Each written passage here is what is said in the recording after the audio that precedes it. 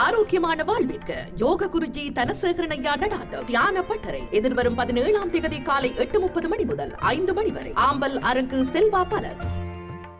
மாவட்டத்தின் வறுமையை நீக்காத விடத்து நாட்டின் பொருளாதாரத்தை நாம் ஒரு சமச்சீராக கொண்டு செல்ல முடியாது.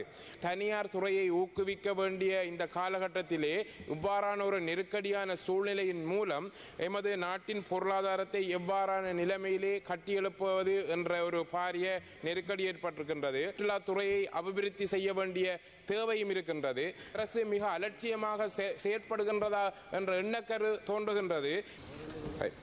இன்றைய அமர்விலே இந்த பெறுமதிசேர் வரி சம்பந்தமான கூட்டத்தொடரிலே உரையாற்ற கிடைத்தமைக்காக நன்றியை தெரிவித்துக் கொண்டு கௌரவ பிரதி சபாநாயகர் அவர்களுக்கு எமது மரியாதையை செலுத்திக் கொண்டு இந்த நாட்டிலே பொருளாதார நிலைமையை பலப்படுத்தும் விதமாக இந்த பெறுமதி சேர் சம்பந்தமான விடயங்களிலே திருத்தம் சம்பந்தமான விடயங்களிலே சேவை வழங்குதல் சம்பந்தமாக திருத்தப்பட்ட உணவு வழங்குதல் மற்றும் அவர்களுக்கு சேவைகள் சம்பந்தமாக திருத்தப்பட்டிருக்கின்றது. மற்றும் முத்திரைகளுக்காக சேவை வரி நீக்கப்பட்டிருக்கிறது. மீள் காப்புறுதி சம்பந்தமாக நீக்கப்பட்டிருக்கின்றது. இந்த விடயங்கள் சம்பந்தமாகவும் இந்த நாம் எமது நன்றியையும் பாராட்டுதலையும் தெரிவித்துக் கொண்டு நாட்டின் பொருளாதாரமானது 5% அதிகரித்திருக்கின்றதாக மத்திய வங்கி அறிக்கையை கேட்கின்ற போது மிகவும் சந்தோஷமான விடயமாக இருக்கின்றது. சான் ஏற முளம் சறுக்கின்ற விடயமாக எமது நாட்டிலே இப்போது ஒரு நெருக்கடி ஏற்பட்டிருக்கின்றது. அமெரிக்கா அரசினால் விதிக்கப்பட்ட வரியின் மூலம் பாரிய அளவு பிரச்சனைகளை எதிர்கொள்ள வேண்டிய தேவை இருக்கின்றது. இது அரசு சார்ந்த பிரச்சனை அல்ல, முழு நாட்டுக்குமான பிரச்சனையாகவே நாங்களும் பார்க்கின்றோம்.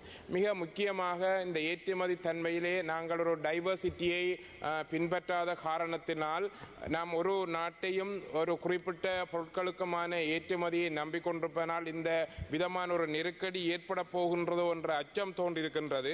மிக முக்கியமாக எமக்கு 44% வரி விதிக்கப்படுவதற்கான ஏற்றுமதிக்கான வரி விதிக்கப்படுவதற்கான சந்தர்ப்பம் அமைகின்ற பொழுது நாம் எமது போட்டித்தன்மையினை எதிர்கொள்வதற்காக மிக பாரிய சவால்களை எதிர்கொள்ள வேண்டிய தேவை ஏற்பட்டிருக்கின்றது.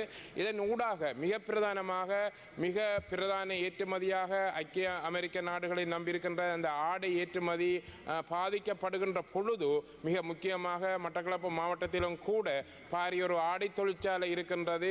5000க்கு மேற்பட்டவர்கள் வேலை செய்கின்ற நிலை, அந்த நிலை எவ்வாறு மாற்றமடையும் என்ற ஒரு அச்சம் அந்த பிரதேசத்தில் ஏற்பட்டிருக்கின்றது. அங்கு வேலை இழப்பு ஏற்படுமா, இந்த ஆடை உற்பத்தி ஏற்பது பாதிக்கப்படுகின்ற பொழுது இந்த நாட்டினுடைய ஏற்றுமதி வருமானம் பாதிக்கப்பட்டு போட்டுத்தன்மையின் மூலம் எங்களுக்கான வாய்ப்புகள் மறுக்கப்படுகின்ற பொழுது அந்த பிரதேச மக்களுக்குரிய அல்லது ஆடை தொழிற்சாலையில் வேலை செய்கின்ற மக்களுக்குரிய வாய்ப்புகள் இழக்கப்பட்டால் அதற்கான மாற்று திட்டம் என்ன என்பது சம்பந்தமாக கூட இன்றைய இந்த அமர்விலே மிக பாரிய பதிலை நாங்கள் எதிர்பார்க்கின்றோம். ஏனெனில் எங்களுடைய பொருளாதாரத்திலே உண்மையிலே அரச வேலைவாய்ப்பை பெற்றுக் கொடுப்பதற்காக இந்த முறை பல விடயங்கள் முன்வைக்கப்பட்ட பொழுதும் அது மட்டுப்படுத்தப்பட்ட அளவில் இருக்கின்றது.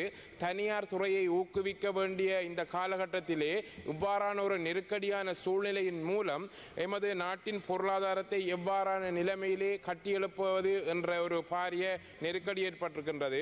இதிலே பல எதிர்க்கட்சி சார்ந்த உறுப்பினர்கள் பல முன்மொழிவுகளை வைத்திருந்தார்கள். இந்த விடயத்திலே நீங்கள் மிக ஆக்கப்பூர்வமாக செயற்பட வேண்டிய விடயமாக நாங்கள் எதிர்பார்க்கின்றோம்.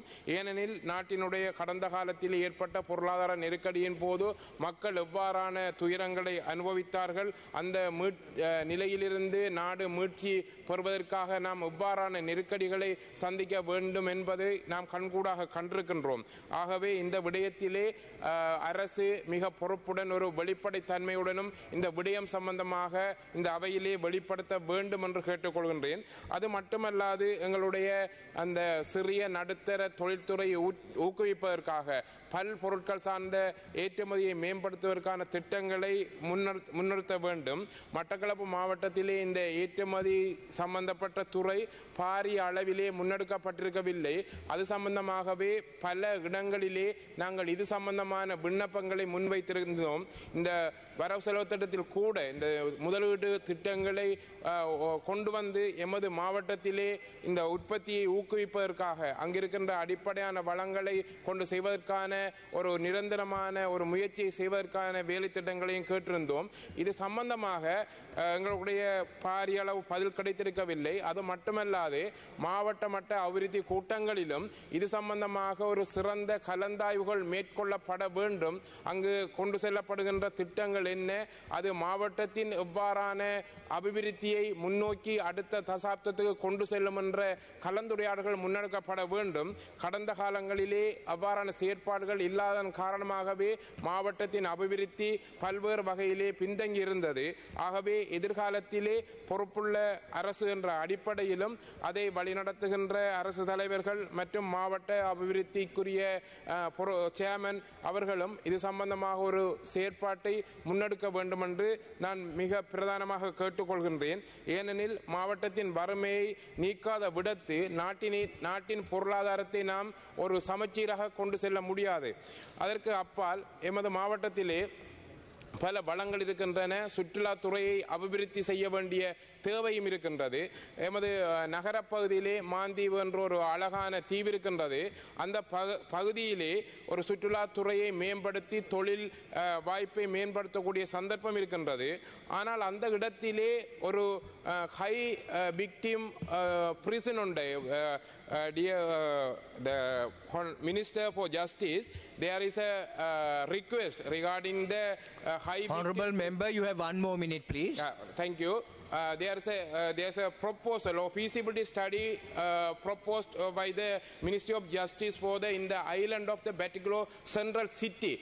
But in our DCC, we oppose our opinion because this is a central part of the city, and also in future there's a beautiful island for the development of the tourism. So definitely we request through our DCC chairman regarding this. Your concern is very important. In middle part of the city, it is in future it will create a lot of problem in our community. So definitely you consider that's our request. All our members also take a decision, request to the government in regarding this. You give a proper solution.